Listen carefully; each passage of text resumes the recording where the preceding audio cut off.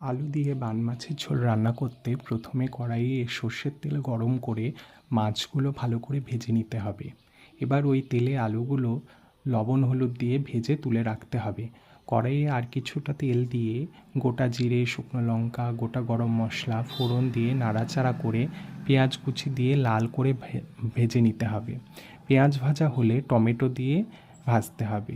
এরপর আদা, জিরে, কাঁচা লঙ্কা বাটা ও লবণ, হলুদ ও কাশ্মীরি লঙ্কা দিয়ে ভালো করে কষিয়ে ভেজে রাখা আলু দিয়ে পরিমাণ মতো জল দিয়ে ঢাকা দিতে হবে।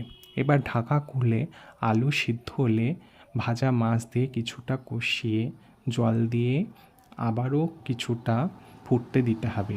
এরপর ঢাকা খুলে কাঁচা লঙ্কা ও গরম মশলা গুঁড়ো ছড়িয়ে নামিয়ে গরম ভাতের সাথে পরিবেশন করুন আলু দিয়ে বান মাছের ঝোল।